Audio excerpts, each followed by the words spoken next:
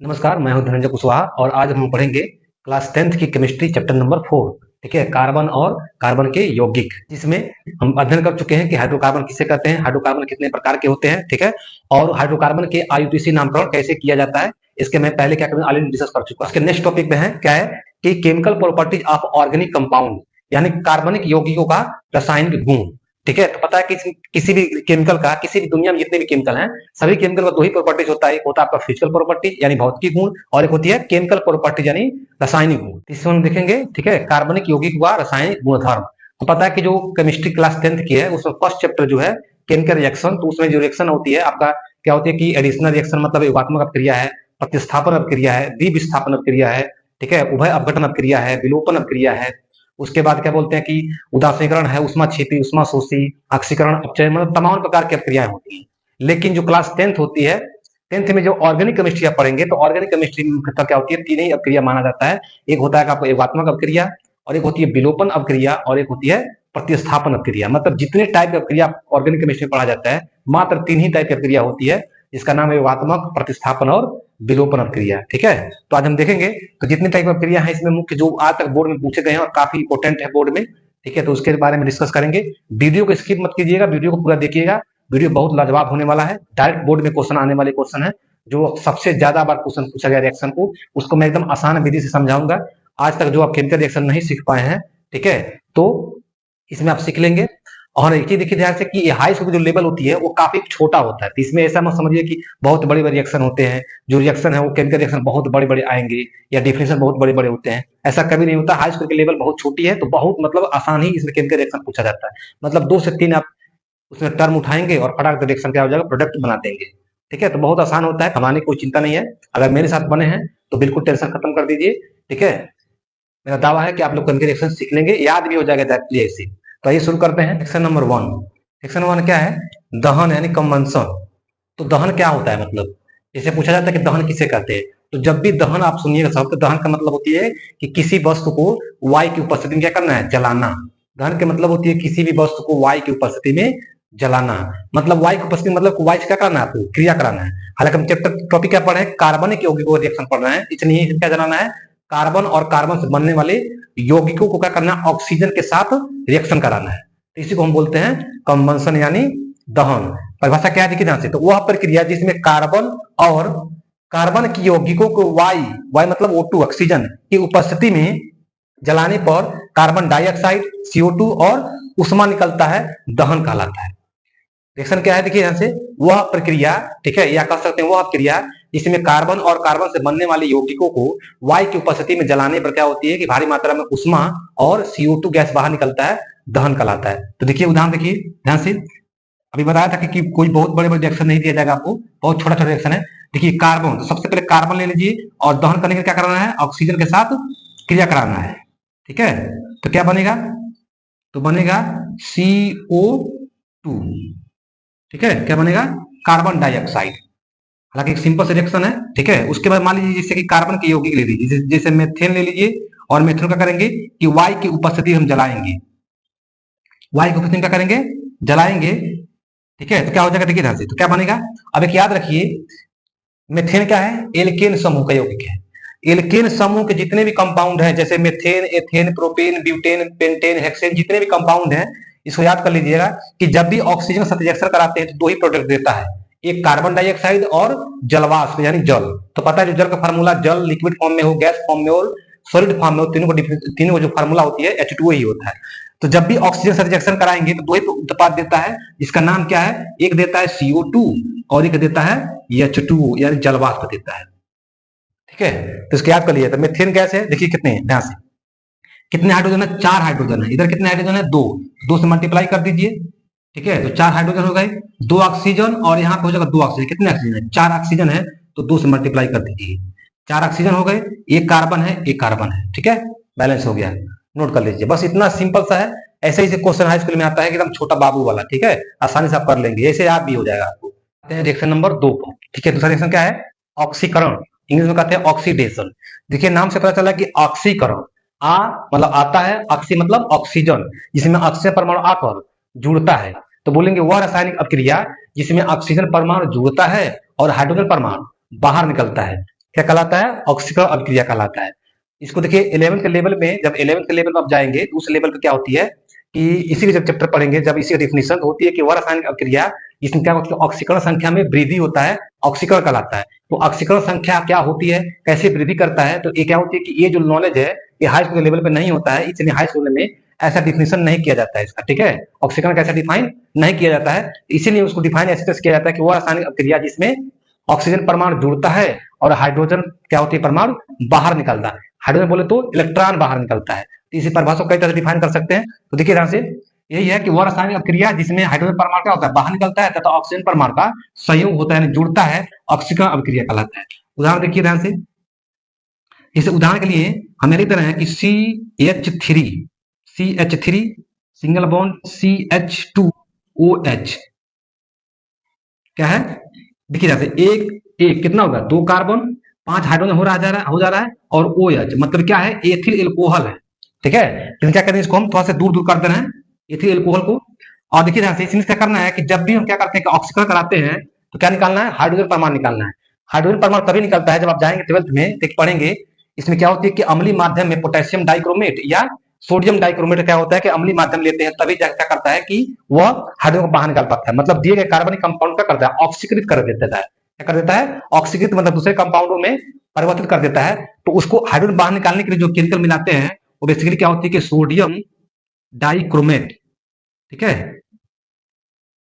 और क्या होती है कि अम्लीय माध्यम होता है। अम्लीय मतलब क्या होती है, H2SO4, इसमें सल्फ्यूरिक अम्ल मिला देते हैं, दोनों का मिक्सर होता है। तब देखिए कहां से, यही हाइड्रोजन है ना, यहाँ पर यही हाइड्रोजन है, इसमें से हाइड्रोजन गैस बाहर निकल जाएगी, यानी H2 क्या हो जाएगा, बाहर निकल जाएगा।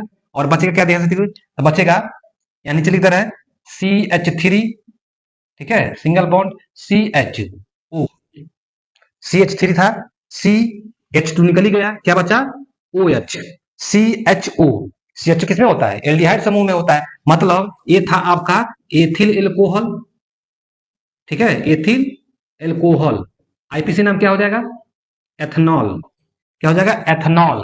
अब यहाँ पे देखिए 1 2 कार्बन है तो एथ, CHO मतलब अल, तो एथनॉल था, अब हो गया एथनल।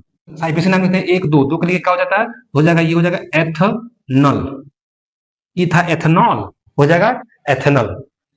तो ध्यान देखिए, जब भी हाइड्रोजन निकालना होता है तो क्या करते हैं, इसको अम्लीय माध्यम में पोटेशियम डाइक्रोमेट या सोडियम डाइक्रोमेट क्या जाता है, लिया जाता है। अब देखिए ध्यान से, क्या करना है कि अब उसी को यानी एथेनॉल को यानी CH3, ठीक है, CHO एथेनॉल था।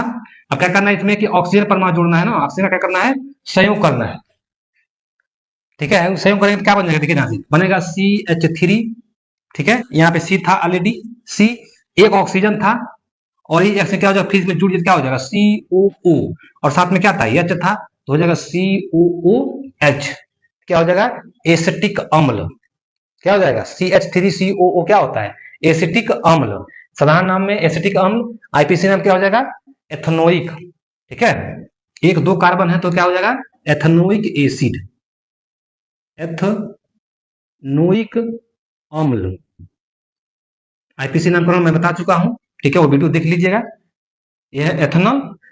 अब देखिए ध्यान से, मतलब कि क्या करेंगे, एथिल एल्कोहल अर्थात एथेनॉल को पोटेशियम डाइक्रोमेट या सोडियम डाइक्रोमेट के अम्लीय माध्यम में, ठीक है, ऑक्सीकरण कराते हैं तो क्या बनता है, सबसे पहले हाइड्रोजन बाहर निकलती है और क्या मिलता है हमको, एथेनॉल मिलता है। अब एथेनॉल को पुनः क्या करना, ऑक्सीजन का जोड़ता है, संयोग करता है, क्या बनता है, एथेनोइक अम्ल प्राप्त होता है। तो देखिए ध्यान से, कोई भी रिएक्शन बहुत बड़ा नहीं है, आप जनरली आप याद कर लेंगे, बहुत छोटा सा रिएक्शन होता है। अगला रिएक्शन है, रिएक्शन नंबर क्या है, तीसरा, युगात्मक अभिक्रिया, एडिशनल रिएक्शन। इस अभिक्रिया को चैप्टर नंबर 1 में पढ़े होंगे कि युगात्मक अभिक्रिया क्या होता है। युगात्मक मतलब क्या होती है, जुड़ना, ठीक है। क्या होता है कि जो फर्स्ट चैप्टर में पढ़े होंगे कि वे अभिक्रिया जिसमें 2 या 2 से अधिक पदार्थ आपस में जुड़कर केवल एक ही पदार्थ बनाते हैं, युगात्मक अभिक्रिया कहलाता है, ठीक है। लेकिन इसी रिएक्शन में क्या पढ़ेंगे हम, जब ऑर्गेनिक केमिस्ट्री में पढ़ेंगे तो कुछ इस तरह से डिफिनेशन होता है कि वह अभिक्रिया जिसमें कार्बनिक यौगिक, ठीक है, कार्बनिक यौगिक किसी उत्प्रेरक की उपस्थिति में अन्य पदार्थ से जुड़कर नया पदार्थ बनाता है, योगात्मक अभिक्रिया कहलाता है। लेकिन इसका कंडीशन वही है जो कंडीशन पहले पढ़े। कंडीशन की क्या होती है, इसमें 2 या 2 से अधिक पदार्थ तो मिलेंगे लेकिन बने केवल एक ही उत्पाद। इसी तरह से इसमें भी वही होता है कि 2 या 2 से अधिक क्या होंगे, इसमें रिएक्टेंट होंगे यानी अभिकारक होंगे, लेकिन जो प्रोडक्ट बने केवल एक ही बनेगा। तो उसमें भी यही कंडीशन होता है, इसमें भी यही होता है। अंतर कितना होता है, थोड़ा डिफिनेशन में थोड़ा सा चेंजेस आते हैं कि उसमें क्या होती है कि दो या दूसरे पदार्थ जुड़कर नए एक पदार्थ बनाता है, जब इसमें क्या होती है कार्बनिक यौगिक लेंगे और किसी उत्प्रेरक की उपस्थिति में, ठीक है, क्या करते हैं अभिक्रिया कराने पर, ठीक है, जुड़कर एक नए पदार्थ बनाता है। कहने का मतलब है कि उत्प्रेरक क्या है, ऐसे भी कह सकते हैं कि वह रासायनिक अभिक्रिया जिसमें असंतृप्त यौगिकों, असंतृप्त मतलब जैसे कि एल्केन को छोड़कर एल्कीन और एल्काइन, असंतृप्त यौगिकों को किसी उत्प्रेरक की उपस्थिति में, ठीक है, क्रिया कराने पर क्या होती है कि संतृप्त हाइड्रोकार्बन में परिवर्तन हो जाता है, योगात्मक अभिक्रिया कहलाता है। तो उसको ऐसे भी डिफाइन कर सकते हैं। उदाहरण देखिए, ध्यान से उदाहरण लिख सकते हैं हम। देखिए CH2 double bond CH2 ethylene, ठीक है, एथिलीन आईपीसी में क्या हो जाएगा, एथीन हो जाएगा, क्योंकि डबल बॉन्ड है तो इन का साउंड होगा, दो कार्बन तो एथ हो जाएगा एथीन। तो क्या करते हैं, इसको हम ऐसे दिखा सकते हैं, ठीक है, बेसिकली ऐसे दिखाया जाता है। देखिए CH यहाँ पे होता है H, ठीक है, और ये होता है H, ये होता है H। और क्या करना है, देखिए ध्यान से, इसका क्रिया कराते हैं हम किसके साथ, हाइड्रोजन गैस के साथ, किसकी उपस्थिति में, तो निकिल की उपस्थिति में। निकिल क्या है, उत्प्रेरक का काम करता है, ऐसा पदार्थ होती है जो किसी रासायनिक अभिक्रिया क्या होती है, अभिक्रिया को दर को बढ़ा देता है या दर को घटा देता है, उत्प्रेरक कहलाता है। नाम है उत्प्रेरक, मतलब क्या करता है, अभिक्रिया दर को हेल्प यानी कराने में क्या करता है, हेल्प करता है। अब देखिए ध्यान से, तो जब भी किसी रासायनिक अभिक्रिया में डबल बॉन्ड आए तो क्या होता है, टूट जाता है सिंगल बॉन्ड में। अगर ट्रिपल बॉन्ड है तो भी क्या टूट जाता है, सबसे पहले अगर ट्रिपल बॉन्ड है तो दो बार टूटेगा। जैसे देखिए यहाँ से, यहाँ ट्रिपल बॉन्ड है तो 3 लाइन है, तो पहली बार एक लाइन टूटेगा, ठीक है, तो बचेगा दो दो डबल बॉन्ड, फिर ये टूटेगा तो बचेगा सिंगल बॉन्ड। उसी तरह से अगर किसी रासायनिक अभिक्रिया में कोई कंपाउंड में अगर डबल बॉन्ड है तो डबल बॉन्ड क्या होती है, टूट जाती है। तो क्या से टूटेगा, दिखा रहे हैं डबल बॉन्ड यहाँ पे है, ये टूटेगा तो एक डबल बॉन्ड में क्या होती है, 2 इलेक्ट्रॉन होते हैं। पता कि एक इलेक्ट्रॉन पढ़ने ना, 2 बिंदु से क्या बनती है, एक रेखा बनती है। तो समझिए कि एक रेखा है, इसके बाद 2 बिंदु है, जब रेखा को तोड़ेंगे तो क्या हो जाएगा, एक बिंदु एक बिंदु, एक ही बिंदु मतलब एक इलेक्ट्रॉन क्या हो जाएगा, एक बैलेंसी फ्री हो जाएगी। तो कार्बन की बैलेंसी जैसे यहाँ से टूटेगा, चलिए इसको नीचे दिखा दे रहे हैं, ठीक है, देखिए ध्यान से, टूटेगा तो पहले यहाँ क्या था, एक एच यहाँ पे था, पहले था डबल बॉन्ड यहाँ पर, और यहाँ पे देखिए एच एच। अब क्या हो जाएगा, जैसे डबल बॉन्ड टूटेगा तो क्या हो जाएगा, इसकी 2 बैलेंसी फ्री हो जाएगी, तो एक यहाँ पे हो जाएगा और एक यहाँ पे हो जाएगा। और यहाँ पे क्या है, यहाँ पे 2 हाइड्रोजन क्या लिख सकते हैं, एक एच और एक एच, यही ना। देखिए तो एक एच जो वाला है, एक एच क्या हो जाएगा, आकर इस पर जुड़ जाएगा, और ये वाला एक एच क्या हो जाएगा, आकर इस पर जुड़ जाएगा। तो क्या बनेगा, देखिए ध्यान से, तो पहले था 2 एच, अब एक जुड़ कर क्या बनेगा, तो बनेगा CH3 सिंगल बॉन्ड, क्योंकि पहले डबल बॉन्ड और क्या होगा, सिंगल बॉन्ड। अब फिर देखिए 2 एच था, एक जाकर जुड़ कर कितना बचेगा, CH3, ठीक है, CH3, अर्थात क्या बना, CH3 क्या लिख सकते हैं, इसको लिख सकते हैं C2H6, मतलब एथेन। और एथेन क्या है, जब एन का साउंड मतलब एल्केन समूह है, अर्थात ये क्या था, असंतृप्त हाइड्रोकार्बन है, जब किसमें बदल गया, संतृप्त हाइड्रोकार्बन में, ठीक है। पहले संतृप्त हाइड्रोकार्बन होती है जिसकी इस कार्बनिक कंपाउंडों में केवल सिंगल बॉन्ड पाया जाता है, संतृप्त हाइड्रोकार्बन कहलाता है। तो मतलब कि वे रासायनिक अभिक्रिया जिसमें कोई असंतृप्त यौगिकों को किसी उत्प्रेरक की उपस्थिति में क्रिया कराया जाए तो क्या बनेगा, संतृप्त कार्बनिक यौगिक बन जाएगा, उसे बोलते हैं योगात्मक अभिक्रिया। तो यह है आपका, समझा दिए कैसे कैसे टूटेगा। चलिए एक उदाहरण और देख लेते हैं, ठीक है, उदाहरण नंबर 2, उदाहरण दूसरा देख लेते हैं ध्यान से। जिसे देखिए C ट्रिपल बॉन्ड CH, ठीक है, मतलब क्या है, एथाइन है।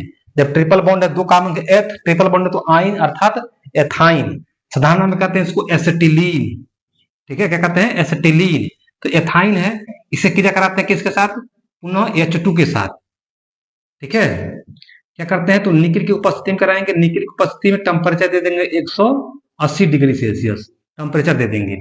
अब यहाँ पे देखिए ध्यान से, अभी बताए थे कि जब एक ट्रिपल 3 बॉन्ड है तो एक बॉन्ड टूटेगा क्या हो जाएगा, एक बैलेंस फ्री होगा।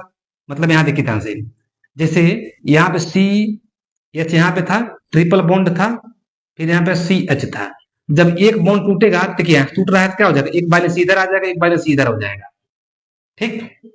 अब देखिए यहाँ पे क्या है कि एक 2H था, 2H था ना यहाँ पर, तो इसका मतलब जो फिर एक H 2H है तो एक H क्या हो जाएगा, यहाँ पर आ जाएगा, और एक H यहाँ पर हो जाएगा। लेकिन अभी भी क्या है, डबल बॉन्ड है, तो डबल बॉन्ड क्या करेंगे, पुनः एक बॉन्ड तोड़ेंगे। जब एक बॉन्ड तोड़ेंगे तो क्या हो जाएगा, एक फ्री हो जाएगा इधर नीचे, एक हो जाएगा फिर इधर नीचे। मतलब 1 2 3 4, अब कार्बन की 4 वैलेंसी फ्री हो गई, तो हम कितना हाइड्रोजन चाहिए, 4 चाहिए, और 2 ही है तो क्या करेंगे, यहाँ से 2 से मल्टीप्लाई कर दीजिए, अब 4 हाइड्रोजन हो जाएगा, मतलब 2 से क्या करेंगे, यहाँ पर मल्टीप्लाई कर देंगे, ठीक है। तो कितना से, तब 4 हाइड्रोजन है, तो 4 हम क्या लिख सकते हैं, हम 4 हाइड्रोजन लिख सकते हैं, देखिए एच एच एच एच। ऐसा एग्जाम में मत लिखिएगा, मैं समझाने की कोशिश कर रहा हूँ, ठीक है, समझा रहा हूँ ताकि आपको तैयारी हो जाए आसान से। तो ये देखिए एक एच आकर यहाँ पे जुड़ेगा, ये दूसरा जो एच है ये आकर यहाँ पे जुड़ जाएगा, ये तीसरा एच क्या हो जाएगा, यहाँ पे जुड़ जाएगा, और जो चौथा एच है वो कहाँ पे आ जाएगा, यहाँ पे हो जाएगा। क्लियर। तो क्या हो जाएगा देखिए ध्यान से, तो पहले एच केवल कार्बन से केवल एक ही एच था, अब देख एक दो कितना हुआ, 3 हो गया। तो कहने का मतलब क्या बना, CH3। पहले ट्रिपल बॉन्ड था, अब बचे कौन सा bond, single bond, single bond. फिर यहाँ पे देखिए एक ही एच था, तो 2 एच और जुड़ गया, कितना बचा, CH3, अर्थात 2 कार्बन के F, सिंगल बॉन्ड है तो एन, अर्थात क्या हो जाएगा, एथेन। एथेन बोले तो C2H6, देखिए एक एक 2 और 3 3 कितना हुआ, 6, मतलब क्या बना, एथेन बना। एथेन बोले तो ये क्या है, पुनः असंतृप्त हाइड्रोकार्बन के यौगिक है, जबकि किसमें बदलेगा, पुनः संतृप्त हाइड्रोकार्बन में कन्वर्ट हो गया। और कैसे हुआ मैं समझा दिया हूं, यहाँ पर नोट कर लीजिए। सेक्शन नंबर 4, प्रतिस्थापन अभिक्रिया कहिए या विस्थापन अभिक्रिया, इंग्लिश में कहते हैं इसको सब्स्टिट्यूशनल रिएक्शन या डिस्प्लेसमेंट रिएक्शन। डिफरेंस क्या कहता है कि वह अभिक्रिया जिसमें कोई कम क्रियाशील परमाणु, ठीक है, या आयन अधिक क्रियाशील परमाणु या आयन से क्या होता है कि विस्थापित हो जाता है, यानी बाहर निकल जाता है, तो इस क्रिया को बोलते हैं प्रतिस्थापन अभिक्रिया। ठीक है, इसमें देखिए क्या कहता है कि कोई भी जो कमजोर या कम क्रियाशील परमाणु अणु, ठीक है, वो कम क्रियाशील परमाणु अणु अथवा आयन हो, क्या करता है कि अपने से अत्यधिक क्रियाशील परमाणु आयन अथवा अणु से क्या होता है, क्या होता है, विस्थापित हो जाता है। तो इस क्रिया को बोलते हैं प्रतिस्थापन अभिक्रिया। ठीक है, उदाहरण देखिए ध्यान से, जैसे उदाहरण है मेथेन गैस ले लीजिए, पता ना कि मेथेन गैस है, इसी क्रिया कराइए क्या कि मेथेन गैस कराई कि क्लोरीन गैस के साथ, ठीक है, और किसके होती है, ये होता है सूर्य के प्रकाश की उपस्थिति में। ठीक है, सूर्य के प्रकाश, सूर्य के प्रकाश में क्या करते हैं, रिएक्शन कराते हैं। तो देखिए ध्यान से, इसको बोलते हैं मेथेन का क्लोरीनीकरण। ठीक है, आप जाएंगे तो आगे पढ़ेंगे, जिससे होता है कि हाइलोजनीकरण। हाइलोजनीकरण मतलब होती है कि दिए गए जो कंपाउंड होते हैं कार्बनिक कंपाउंड, उसको क्या करता है, हाइलोजन परमाणुओं के साथ क्रिया कराना होता है, इसको बोलते हैं हाइलोजनीकरण। हाइलोजन परमाणु बदले दिखाते हैं एक्स से, तो इसके कुछ पार्ट होते हैं, जैसे कि क्लोरीन होता है, क्लोरीन होता है, ब्रोमीन होता है, आयोडीन होता है। तो हाइलोजन फैमिली, ठीक है, 4 सदस्य हैं। अब इस 4 सदस्य में क्या होता है कि अगर फ्लोरीन के साथ क्रिया कराएंगे तो बोलेंगे फ्लोरीनीकरण, क्लोरीन के साथ क्रिया कराया जाता है तो बोलते हैं क्लोरीनीकरण, और ब्रोमीन के साथ क्रिया कराया जाता है तो बोलते हैं ब्रोमीकरण, और आयोडीन के साथ क्रिया कराया जाता है तो बोलते हैं आयोडीनीकरण।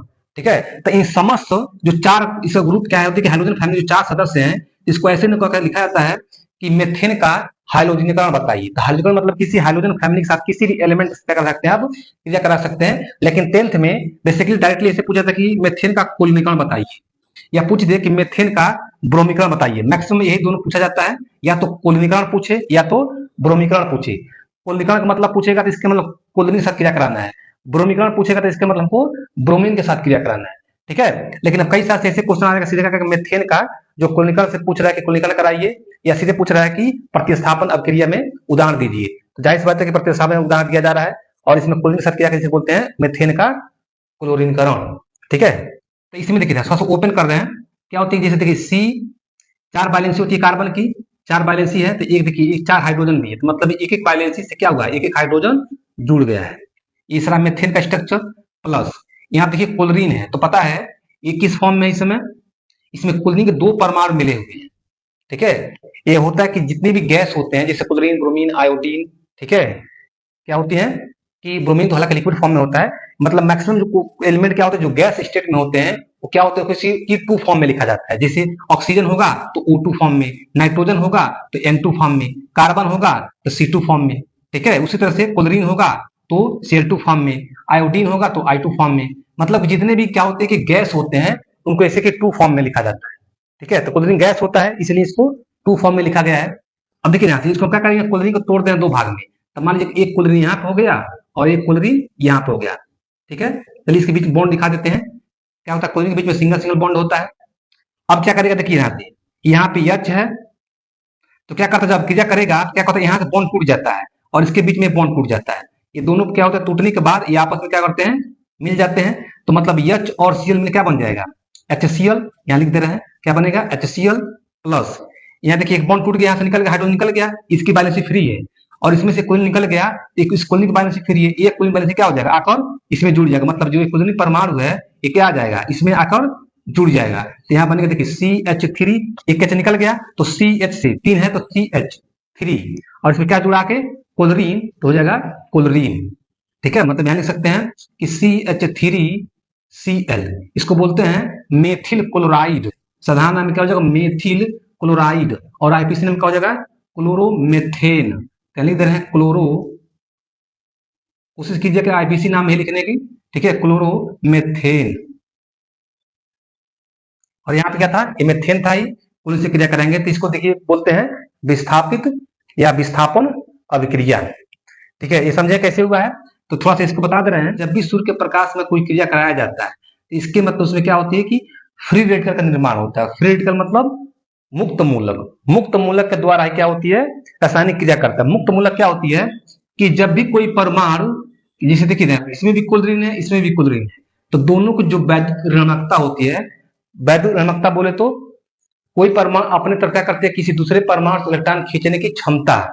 तो जब कोई भी परमाणु अपने क्या करते हैं, दूसरे परमाणु से इलेक्ट्रॉन अपनी तरफ खींचता है, तो इस क्रिया को बोलते हैं, कैसे, उस पदार्थ जो तत्व होता है उस पदार्थ के गुण को बोलते हैं इलेक्ट्रोनेगेटिविटी, मतलब वैद्युत ऋणात्मकता।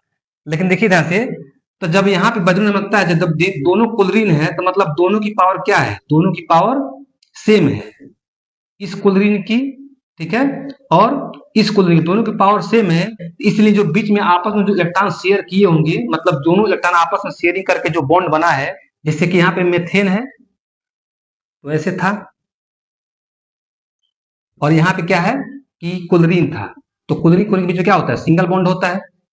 तो मतलब कि ये जो क्लोरीन है, ये दोनों क्या किए हैं आपस में, अगर सिंगल मतलब एक एक इलेक्ट्रॉन शेयर करके क्या किए हैं, सौसंयोजकता बंध द्वारा जुड़े हैं, तो एक एक शेयर किए हैं, तो मतलब इसको ऐसे दिखा सकते हैं, यहाँ पर और यहाँ पर।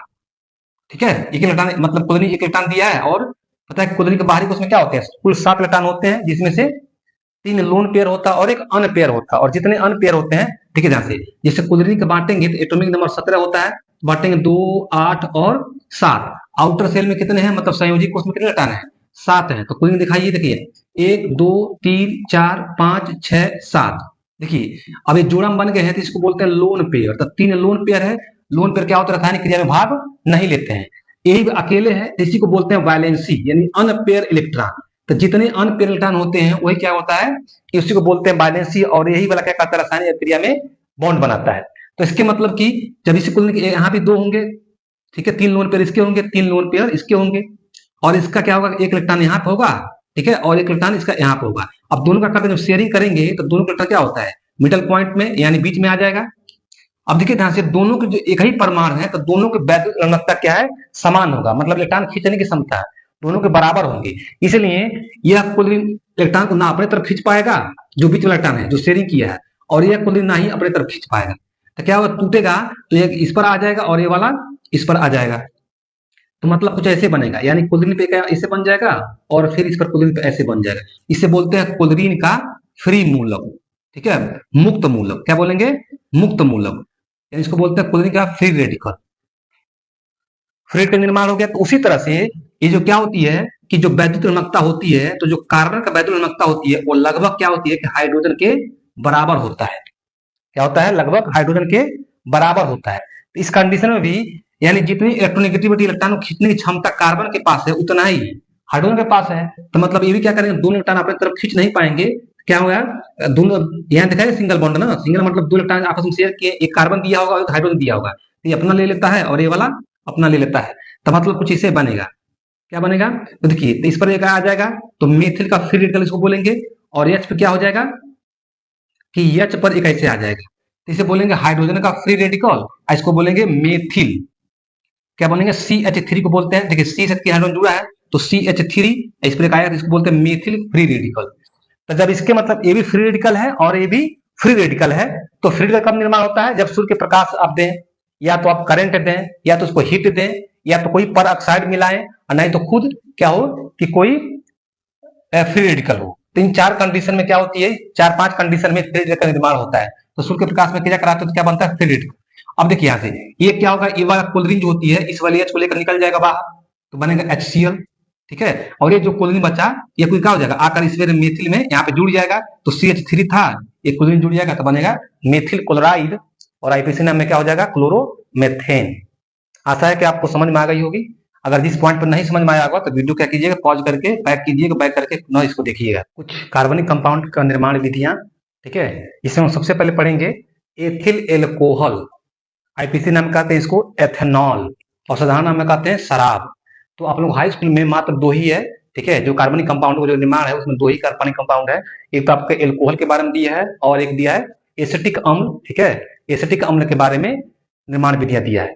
तो ये जो क्वेश्चन आती है 2-3 टाइप से पूछा था कि एथिल एल्कोहल की बनाने की विधियां बताइए, एथिल एल्कोहल बनाने की प्रयोगशाला विधि बताइए, और एथिल एल्कोहल विधि के किण्वन विधि से या स्टार्च से, ठीक है, स्टार्च से क्या कीजिए कि एथिल एल्कोहल बनाने की विधियां बताइए। तो इसी तरह से क्वेश्चन पूछेगा कि स्टार्च से कैसे प्राप्त करेंगे एथिल एल्कोहल, शराब कैसे बनाएंगे, या किण्वन विधि से क्या होती है कि एथिल एल्कोहल कैसे बनाएंगे। तो उसी तरह से ये पहला उसमें जो है, ठीक है, प्रयोगशाला विधि या निर्माण विधि जो पहला है वो है आपका एथिल एल्कोहल। तो जब भी एग्जाम में आएगा तो क्या कीजिएगा, पहले ऐसे पॉइंट डाल के लिखते चले जाइए, क्योंकि इसमें डिटेल लिखने की जरूरत नहीं है। आप आगे क्लास में जाएंगे तो पूरे क्या होता है, डायग्राम बना के पूरा क्रिया बनाया जाता है, उसकी क्रिया विधि लिखी जाती है। इसमें ऐसी कोई बात नहीं होती, केवल मुख्य पॉइंट डाल के सीधे आप रिएक्शन दीजिए, उसके बाद उसकी आ जाइए भौतिक गुण और रासायनिक गुण, और उसके बाद उसके उपयोग पर शुरू करते हैं। देखिए लिखा है व्यापारिक नाम, सबसे पहले एथिल जो एल्कोहल होता है इसको कहते हैं कि आईपीसी में कहते हैं एथेनॉल, ठीक है। और साधारण नाम में क्या होता है, रासायनिक नाम में एथिल एल्कोहल। व्यापारिक नाम होता है तो व्यापारिक नाम इसको कहते हैं शराब, ठीक है। क्या होता है, शराब, क्योंकि जो एल्कोहल ग्रुप होता है OH, ठीक है, इसमें देखता है ना कि शराब होती है, इसमें क्या होता है, क्रियात्मक समूह क्या जुड़ा होता है, OH जुड़ा होता है, इसीलिए साउंड होता है ऑल का। सूत्र व अनुभाग, देखिए सूत्र क्या होती है कि C2H5OH, देखिए C2 मतलब एथिल, C2 इस पर क्या होता है एथिल, एथेन से हाइड्रोजन निकल जाता है, क्या बोलता है एथिल एल्किल समूह है। जब इसमें OH जुड़ा है तो क्या होता है ऑल, एथेनॉल या एथिल एल्कोहल। संरचना बनाना चाहते हैं तो इसे बना, देखिए 2 कार्बन है, ठीक है, एक कार्बन यहाँ बना दीजिए। देखिए इस कार्बन का 3 वैलेंसी फ्री है, तो H H H, फिर देखिए यहाँ क्या है कि 2 वैलेंसी इसकी फ्री है, 3 वैलेंसी कार्बन की, एक इधर 3 हो गया और एक इधर आगे जुड़ेगा, ठीक है। इसमें क्या जोड़ देंगे OH, देखिए 2 कार्बन हो गया, 3 और 2 5 हाइड्रोजन हो गया और OH है, ठीक है। तो इसका रहा संरचना सूत्र। अब देखिए ध्यान से बनाने की विधियां, और देखिए लिखा है अणुभार, तो अणुभार कैसे निकालेंगे, कार्बन का एटॉमिक नंबर कितना होता है 6, परमाणु कितना होती है 12, अणुभार निकालने का मतलब उसके परमाणु भार मतलब है, तो कार्बन का 12 होता है तो 2 बार है तो कितना हो जाएगा 12 दूना 24। हाइड्रोजन का होता है परमाणु नंबर 1, 5 बार है कितना हो जाएगा 5 का नंबर 5, और ऑक्सीजन का होता है 16, ठीक है, और कितना है एक H है, एक H मतलब 1। अब टोटल क्या कीजिएगा, ऐड कर लीजिए, कितना होगा 24 5 29, 29 से 31, और 30 16 कितना होगा 46, तो इसका टोटल कितना होगा अणुभार 46। तो बनाने की विधियां में कई विधि है, सबसे पहले प्रयोगशाला विधि हम बता देंगे, 2 विधि इसका बता दे रहे हैं, उसके बाद फिर स्टार्च से बनाएंगे कि इसे बनाने की विधियां कैसे है। तो सबसे पहले क्या है कि प्रयोगशाला विधि से एथिल एसीटेट से, लिखा क्या है कि एथिल एसीटेट को क्षार की उपस्थिति में जल अपघटन कराने पर क्या होता है कि एथिल एल्कोहल प्राप्त होता है। तो सबसे पहले देखिए यहाँ से लिखा है कि एसीटेट, तो एसीटेट का मतलब क्या होता है, देखिए रासायनिक क्रिया क्या है, एसीटेट का मतलब होती है कि CH3, ठीक है, COO, ठीक है, इसको बोलते हैं एसीटेट आयन, ठीक है। और इसके ऊपर लिखा है कि एथिल, तो एथिल क्या होता है C2H5 होता है, एथेन से जब एक हाइड्रोजन निकल जाता है तो क्या बोलते हैं एल्किल समूह अर्थात एथिल। इसको बताया था साइड चेन में जब R बताया था इसमें बताया था कि एथिल। देखिए इसको बोलते हैं यहाँ से, यहाँ देखिए जब भी टूटेगा तो यहीं से टूटता है, इसको पूरा बोलते हैं एसीटेट आयन, यहाँ दिखाई दे रहा है यहाँ, इसको बोलते हैं एसीटेट आयन। जब भी अगर पोटेशियम रहेगा तो पोटेशियम एसीटेट, सोडियम जुड़ेगा तो सोडियम एसीटेट, कैल्शियम जुड़ेगा तो कैल्शियम एसीटेट, ठीक है। उसी तरह से अगर मेथिल जुड़ेगा तो मेथिल एसीटेट, एथिल जुड़ेगा तो एथिल एसीटेट, मतलब जो एलिमेंट यहाँ पे बाद में जुड़ेगा पहले उसको साउंड करेंगे तब जाके एसीटेट का साउंड करते हैं। तो यह आपका क्या है एथिल एसीटेट। अब देखिए लिखा क्या है कि किसी क्षार, किसी से क्या कहते हैं जल अपघटन, मतलब जल के द्वारा क्या करना है को तोड़ना है, इसी को बोलते हैं अपघटन। तो जल के साथ मतलब H2O क्या करना है, जल के साथ क्रिया कराना है इसकी उपस्थिति में तो क्षार, तो क्षार में बेसिकली हम जब क्षार की बात करते हैं तो दो ही तरह क्षार लेते हैं, या तो पोटेशियम हाइड्रोक्साइड ले लीजिए और नहीं तो सोडियम हाइड्रोक्साइड ले लीजिए। ठीक है, क्या होती है कि बेसिकली क्षार ऐसे ही माना जाता है कि सोडियम हाइड्रोक्साइड या पोटेशियम हाइड्रोक्साइड, इसको बोलते हैं क्षार की उपस्थिति में क्रिया कराते हैं तो क्या बनता है, हमको एथिल एसीटेट प्राप्त होता है, C2H5OH। ठीक है, C2H5OH, और क्या बन जाता है साथ में बनता है, देखिए यहाँ से CH3COOH यानी एसिटिक अम्ल। ठीक है, क्या मिल जाता है, ये पता है कि एथिल एल्कोहल है और ये क्या होता है, एसिटिक अम्ल अर्थात एथेनोइक अम्ल। तो इसी रिएक्शन को पूछ सकता है कि क्या होता है, रासायनिक समीकरण दीजिए कि जब एथिल एसीटेट को क्षार की उपस्थिति में जल अपघटन कराते हैं तो क्या बनता है, यही बनेगा। या एथिल एल्कोहल को कैसे प्राप्त करेंगे, रासायनिक समीकरण दीजिए, लिखा हुआ कि एथिल क्या है कि एथिल एसीटेट से। तो इसी क्वेश्चन को कई तरह से एग्जाम में पूछा जा सकता है, सभी का उत्तर क्या है, यही है। अब देखिए थोड़ा सा बता दे रहे हैं कि रिएक्शन कैसे करता है। देखिए यहाँ से लिखा है कि CH3, ठीक है, यहाँ पे COO, यहाँ पे था इतना COO, और यहाँ पे लिखा है कि C2H5, और साथ में क्या कर सकते हैं, जल क्या होता है, जल को जब जल टूटता है तो ऐसे कुछ इस प्रकार से होता है, H उसके बाद OH। पता है कि जल क्या है, उदासीन होता है, तो उदासीन का मतलब क्या होती है, जब जल टूटेगा तो देता है कि H प्लस आयन और OH आयन, अर्थात हाइड्रोजन आयन और हाइड्रोक्सी आयन, अम्ल और क्षार देता है, इसलिए जल उदासीन होता है, टूटता है, ऐसे कुछ होता है।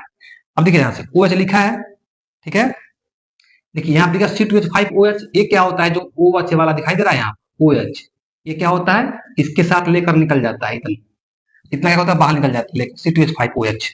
अब देखिए ध्यान से CH3COO था, पता नहीं बताया था, जस्ट बताया था कि यहीं से टूटता है, जब भी एसीटेट आयन कहाँ से टूटेगा, यहीं से टूटेगा, इसी बोलते हैं एसीटेट आयन। टूटने का मतलब जब टूट जाएगा तो ये अलग हो जाएगा, और इसमें जब टूटेगा तो क्या हो जाएगा, H और OH अलग हो जाएगा, तो OH अलग होगा तो OH कहाँ पे आ गया, इसके साथ आ गया, ये बन गया। और जो साथ में H बचा था OH, ये वाला H ना, H क्या होता है, यहीं पर आकर जुड़ जाएगा, तो बनेगा CH3COO था, केवल H आकर जुड़ गया तो होगा CH3COOH। इस तरह से रासायनिक अभिक्रिया हो गया। ठीक है, एग्जाम में आएगा तो एग्जाम में आप ऐसे मत लिखिए, केवल ये लिखिएगा, मैं आपको समझाने के लिए बता रहा हूँ ताकि आप अच्छी तरह से समझ जाए कहाँ से टूटता है। जब तक तोड़ना नहीं जानेंगे तब तक नहीं जान पाएंगे कहाँ से टूटता है और कैसे किसके साथ आके जुड़े। दूसरा निर्माण विधि है एथिलीन से। ठीक है, जहाँ से जो लिखा है इसको आप परीक्षा में लिखिए या मत लिखिए, लेकिन आप लोग मैं इसलिए लिखवा दे रहा हूँ ताकि आप लोग याद करेंगे। ठीक है, इस चीज को अगर याद रहेगी तो आसानी से आप रिएक्शन भूलेंगे नहीं और रिएक्शन को आसानी से आप कर लेंगे। ठीक है, तो परीक्षा में कोई जरूरी नहीं होता कि आप ये लिखें, बस रिएक्शन दे सकते हैं। ठीक है, लेकिन अगर आप याद रहेगा ये चीज तो आप रिएक्शन आसानी से दे सकते हैं, क्या क्या समीकरण देना है समीकरण आसानी से दे सकते हैं। इसलिए आसान बनाने के लिए मैं क्या कर दे रहा हूँ, उस चीज को नोट कर दे रहा हूँ।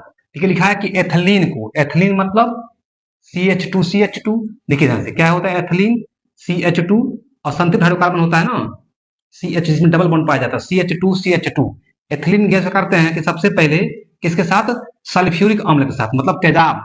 लिखा है क्या H2S ऊपर क्या होता है, सल्फ्यूरिक अम्ल होता है, इसका मतलब कि H2SO4 क्या करते हैं साथ 100 डिग्री क्या करते हैं कि सबसे पहले कि 100 डिग्री सेल्सियस ताप पर इसको क्या करते हैं, गर्म करते हैं, क्योंकि बॉन्ड है ना, तो डबल बॉन्ड क्या होती है कि बॉन्ड को तोड़ने के लिए हाई एनर्जी चाहिए, इसीलिए बॉन्ड टूटता है, तभी जाके तोड़ने के लिए क्या करती है टेम्परेचर दी गई है ताकि बॉन्ड आसानी से क्या हो जाए, टूट सके। अब इसमें देखिए ध्यान से पता है कि ये सल्फेट आयन है, यहीं से टूटेगा, अगर टूटना कहां से टूटेगा, यहीं से टूटेगा, तो H2 अलग, H आयन क्या होगा, अलग हो जाएगा, और सल्फेट आयन है तो सल्फेट आयन अलग हो जाएगा। सल्फेट क्या होती है कि एक तरह से अम्लीय मूलक है, तो सल्फेट आयन हमेशा यहीं से टूटता है, इसको बोलेंगे सल्फेट आयन। तो जब टूटेगा देखिए ध्यान से 2H है, अभी चलिए नीचे दिखाते हैं। ठीक है, देखिए ध्यान से, जैसे मान लीजिए कि CH3 था, CH2, यहाँ डबल बॉन्ड है CH2 है, और फिर यहाँ देखिए टूट रहे हैं, देखिए यहाँ से, तो तोड़ने में क्या हो जाएगा कि 2 आयन ऐसे हो जाएगा, 2H अलग हो जाएगा, और सल्फेट आयन ऐसे हो जाएगा, हालांकि इसकी ऐसे दिखा देते हैं। ठीक है, क्या होती है प्लस आयन, और ये देखिए ध्यान से ये टूटेगा, कल बताया था क्या कि जब डबल बॉन्ड होगा तो सबसे पहले डबल बॉन्ड क्या होता है, टूट जाता है सिंगल बॉन्ड में, तो जब डबल बॉन्ड टूटेगा क्या होगा, एक वैलेंसी इस पर आ जाएगा इस कार्बन पे, और एक वैलेंसी इस कार्बन पर, ऐसे ही ना, और 2 हाइड्रोजन है, मतलब एक हाइड्रोजन आके यहाँ पे जुड़ जाएगा और एक हाइड्रोजन आकर यहाँ पे जुड़ जाएगा, ये होता है ना, एक एक हाइड्रोजन जुड़ेगा, तो मतलब क्या बने, तो क्या बनेगा देखिए सी, पहले 2H था, एक H जुड़ गया, क्या बनेगा CH3। ठीक है, यहाँ पे देखिए ध्यान से CH2 साथ में था, CH2 साथ में था, कितना बनेगा CH3 बनेगा, लेकिन CH3 अब न लिखकर क्या कर दें, CH3 न लिखकर केवल CH2 लिखते हैं, और जो एक H बच रहा है, एक H, इसे क्या करें, बीच में रखने देते हैं, मतलब HSO4। तो 1 2 इसको बोलेंगे 1 3 है 5 यानी यहाँ से एथिल हाइड्रोजन सल्फेट। यही अकार्बनिक रसायन होता है। तो पता है कि जब किसी कार्बनिक कंपाउंड में अगर H बीच में आएगा तो साउंड होगा हाइड्रोजन। जैसे एथिल क्या लिखा है, CH3, मतलब यही है ना, CH3 CH2 एथिल कहिए, ठीक है, या क्या कहिए इसको, C2H5 कहिए। तो एथिल है, एथिल हाइड्रोजन सल्फेट। लेकिन अगर यही क्या होगा कि अकार्बनिक बनाता है तो साउंड होता है बाई का, जैसे कि एथिल बाई सल्फेट, जैसे सुनिए sodium by carbonate, potassium by sulphate. तो जब H होता है अकार्बनिक में तो बाई का साउंड होता है, जबकि कार्बनिक में जब आएगा तो साउंड होगा उसका हाइड्रोजन, ठीक है। तो एथिल हाइड्रोजन लिखे यहाँ पे, क्या होता है कि एथिल हाइड्रोजन सल्फेट बनता है। यहाँ से क्या समझा दिए, देखिए बॉन्ड टूटेगा तो एक H आकर जुड़ जाएगा तो बन जाएगा कितना, CH3 CH2 यानी एथिल हो गया, और साथ में H था क्या हो जाएगा HSO4 यानी एथिल हाइड्रोजन। देखिए यहाँ से क्या लिखा है, एक पूरा एथिल है क्योंकि 2 कार्बन है और 5 हाइड्रोजन हो रहा है, C2H5 एथिल हाइड्रोजन सल्फेट, ठीक है। अब क्या करेंगे, उसी एथिल हाइड्रोजन सल्फेट को ऐसा लिख दे रहे हैं, अब C2H5, ठीक है, HSO4, इसी को क्या कर इकट्ठा कर दे रहे हैं। ये मतलब क्या होगा, ये दूसरा पद है, ये पहला पद था, एक पद नंबर 1, ये पद नंबर 2। एथिल हाइड्रोजन सल्फेट का करेंगे पुनः, क्या करेंगे, जल के साथ क्रिया कराएंगे, क्या करेंगे, जल के साथ क्रिया कराएंगे, कितने पर, तो इसका टेम्परेचर जो देंगे वो रहेगा, ठीक है, 170 160 डिग्री सेल्सियस से क्या है 170 डिग्री सेल्सियस टेम्परेचर क्या करेंगे, ताप देंगे। अब ताप देने के बाद देखिए ध्यान से, अभी बताया था कि जल कैसे टूटता है, तो H और OH में, देखिए ये जो OH दिखाई दे रहा है, ये OH क्या हो जाएगा, आकर यहीं पे जुड़ जाएगा यहाँ पर, ठीक है। और यहाँ दिखाई दे रहा जो H, ये पुनः H क्या हो जाएगा, आकर इसी साथ जुड़ जाएगा। देखिए ध्यान से, OH जब जाके इसके साथ जुड़ेगा क्या बनेगा, C2H5OH, ठीक है। एक H था, एक H आकर जुड़ जाएगा तो पुनः क्या हो जाएगा, प्लस H2SO4, पुनः क्या बन जाएगा, सल्फ्यूरिक अम्ल। शुरू में सल्फ्यूरिक अम्ल मिलाए थे, लास्ट में सल्फ्यूरिक अम्ल पुनः हमको मिल गया, और क्या मिल गया साथ में, एल्कोहल मिल गया, ठीक है। तो कुछ ऐसे होता है, मतलब यहाँ से क्या हो जाएगा, ये टूट जाएगा। टूटने का मतलब क्या है कि यहाँ से ये टूट जाएगा, तो वो एच को इसके साथ जुड़ जाएगा, और एच का इसके साथ जुड़, एक एच पहले से था, एक एच और आगे क्या हो जाएगा, H2 हो गया, H2SO4। देखिए स्टार्च से, ठीक है, स्टार्च मतलब किण्वन विधि से प्रोसेस होती है। स्टार्च से शराब बनाएंगे, लेकिन क्या होती है कि किण्वन प्रोसेस से होता है। इन्होंने क्या पढ़ेंगे कि इसमें किण्वन विधि गौशाला विधि पहले पूछा जाता था, ठीक है, लेकिन अब क्या है कि डायरेक्ट से पूछा था कि स्टार्च से हम क्या करेंगे, एथिल एल्कोहल कैसे प्राप्त करेंगे। स्टार्च मतलब बोले तो सुक्रोज यानी चीनी, ठीक है, चीनी, और क्या होती है कि स्टार्च का मिश्रण होता है, किण्वन विधि के द्वारा क्या कहते हैं, निर्माण की जाती है एथिल एल्कोहल का, ठीक है। क्या सर्वप्रथम मल्टोस, ठीक है, क्या करते हैं कि मल्टोस को, माल्टेस, माल्टेस क्या, एक तरह का ईस्ट होता है, ईस्ट मतलब एक जीवाणु है जिसको बोलते हैं खमीर, की उपस्थिति में क्या करते हैं, जल से क्रिया कराने पर ग्लूकोस बनता है। क्या बनता है, ग्लूकोस बनता है और फ्रक्टोस बनता है। तो हमको मतलब है ग्लूकोस से, तो ग्लूकोस बनता है जिसे जाइमेस, जाइमेस का ये भी एक तरह से पाउडर है, मतलब ईस्ट है, खमीर है, द्वारा क्या होता है कि अपघटित होकर एथिल एल्कोहल का निर्माण करते हैं। रिएक्शन देखिए ध्यान से, रिएक्शन है, तो रिएक्शन सबसे पहले करेंगे सर्वप्रथम माल्टोस को, तो माल्टोस बोले तो C12H22O11, ऐसे O11, ठीक है। ये क्या है, मल्टोस। क्या करते हैं, सर्वप्रथम क्या करते हैं कि जल, देखिए लिखा है, क्या लिखा है, मल्टोस को माल्टेसन ईस्ट की उपस्थिति में जल से क्रिया कराते हैं। तो जल मतलब ये ले लीजिए H2O, और क्या रहेगा, यहाँ पे लिख देते हैं ईस्ट, ईस्ट, और इसका नाम क्या है, माल्टेस नाम, इस ईस्ट का क्या नाम है, माल्टेस। तो सबसे पहले कि माल्टेस की उपस्थिति में, ईस्ट की उपस्थिति क्या करते हैं, जल से क्रिया कराते हैं। तो जरा देखिए, तो इसका क्या नाम है, इसका नाम है माल्टोस, इंग्लिश में कहते हैं माल्टोज, ठीक है। इसका कर सकते हैं, इंग्लिश में कह सकते हैं माल्टोज, हिंदी में कहा जाता है माल्टोस, क्योंकि अंतिम में क्या होता है, यस ई होता है, तो यस का साउंड जो का साउंड होता है इंग्लिश से पढ़ेंगे तो। देखिए माल्टो क्या करेंगे, अब देखिए यहाँ से कितने कार्बन है, तो 12 कार्बन है, कितने हाइड्रोजन है, तो 12 22 हाइड्रोजन है, 2 हाइड्रोजन इसमें आकर मिल जाएगा तो कितना हो जाएगा, 24 हाइड्रोजन हो जाएगा। कितना हो जाएगा, 24 हाइड्रोजन। और देखिए एक ऑक्सीजन है, यहाँ पे आकर 11 ऑक्सीजन जुड़े, कितना हो जाएगा, 12 ऑक्सीजन, मतलब 12 कार्बन। तो एक कार्बन सी H कितना हुआ 24 हुआ, क्योंकि यहाँ 22 है और 2 यहाँ कितना हुआ 24, इसका आधा हो जाएगा 12। और फिर क्या है ऑक्सीजन 11 एक 12, आधा कितना हो जाएगा 6। इसी को हम बोलते हैं ग्लूकोज। क्या बोलते हैं ग्लूकोज।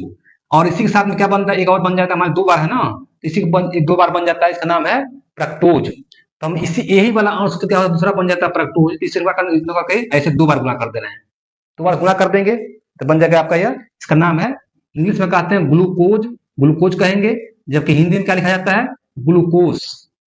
ठीक है, तो ग्लूकोज हो गया। अब देखिए क्या करते हैं पुनः इसी ग्लूकोज को मतलब C6H12O6 क्या करते हैं ग्लूकोज को, देखिए ध्यान से किसके जाइमेस, ये भी क्या है एक तरह से ईस्ट है, नाम क्या है इसका जाइमेस। ठीक है, क्या नाम है इसका जाइमेस, लिखा ना है यहाँ पर, देखिए ध्यान से ग्लूकोज से जाइमेस, जाई है। क्या करते हैं कि जाइमेस की उपस्थिति में क्या करते हैं जब क्रिया कराते हैं तो जाइमेस क्या जो ईस्ट पाउडर क्या करते हैं इस ग्लूकोज का अपघटित करते हैं, मतलब खा पी के पचा देते हैं। तो जो अपघटित करेंगे तो क्या बनेगा देखिए ध्यान से, तो बनता है C2H5OH अर्थात एथिल एल्कोहल और साथ में कार्बन डाइऑक्साइड रिलीज होता है। ठीक है, अब देखिए ध्यान से कितने हाइड्रोजन है, यहाँ कितने कार्बन है 6 कार्बन है, यहाँ पे है 2। ठीक है, तो 2 से अगर मल्टीप्लाई कर दे तो 2 दूना 4 कार्बन, यहाँ से है 2 तो 6 कार्बन, 2 कार्बन और 2 दूना 4, 6 हाइड्रोजन हो गया, 6 कार्बन हो गया, 12 हाइड्रोजन है। देखिए 2 से मल्टीप्लाई किया तो 5 दूना 10 और 2 कितना हुआ 10 2 12 हाइड्रोजन, 6 ऑक्सीजन है, तो 2 से मल्टीप्लाई कर 2 ऑक्सीजन यहाँ पे हो गया और 2 दूना 4 ऑक्सीजन यहाँ पे, 4 2 6 हो गया, तो बन गया आपका। ठीक है, ईस्ट यानी स्टार से क्या बनना है शराब बनाने की विधि। आशा है कि वीडियो आपको अच्छी लगी, वीडियो अच्छी लगी हो तो वीडियो को लाइक करें, चैनल को जरूर सब्सक्राइब करें। काफी स्टूडेंट ऐसे हैं जो वीडियो को देख रहे हैं लेकिन चैनल को सब्सक्राइब नहीं कर रहे हैं, तो प्लीज चैनल को सब्सक्राइब भी कर दीजिए। ठीक है, ताकि जो भी आपके नए वीडियो को मैं अपलोड करूंगा, जैसे ही नए वीडियो को अपलोड करूंगा तो कल आपके पास पहुंच जाएगा। ठीक है, अगर अच्छी नॉलेज लेना चाहते हैं तो मेरे पूरे वीडियो को देखिए। ठीक है, नोट बनाते जाइएगा। ये जो मेरी वीडियो देख रहे हैं आपको अच्छा लग रहा होगा, अच्छा लग रहा है तो उस कमेंट में जरूर बताएं कि आपको मेरी वीडियो कैसी लगती है। ठीक है, मिलते हैं अगले पार्ट में, अगले टॉपिक में हम देखेंगे कि जो एथिल एल्कोहल था, एथिल एल्कोहल की रासायनिक गुणधर्म और भौतिक गुणधर्म और उसके बाद उसका उपयोग कहाँ कहाँ पे इसको उपयोग किया जाता है, फिर उसको देखेंगे। एथनोइक अम्ल मतलब एसिटिक अम्ल बनाने की विधियां, भौतिक गुण, रासायनिक गुण। ठीक है, और साथ में क्या देखेंगे साबुन, अपमार्जक और जिसको बोलते हैं साबुनीकरण। ठीक है, जो कि काफी मोस्ट इंपोर्टेंट क्वेश्चन है। तो ये टोटल टॉपिक रहेंगे अगले पार्ट में, तो मिलते हैं तब तक के लिए नमस्कार।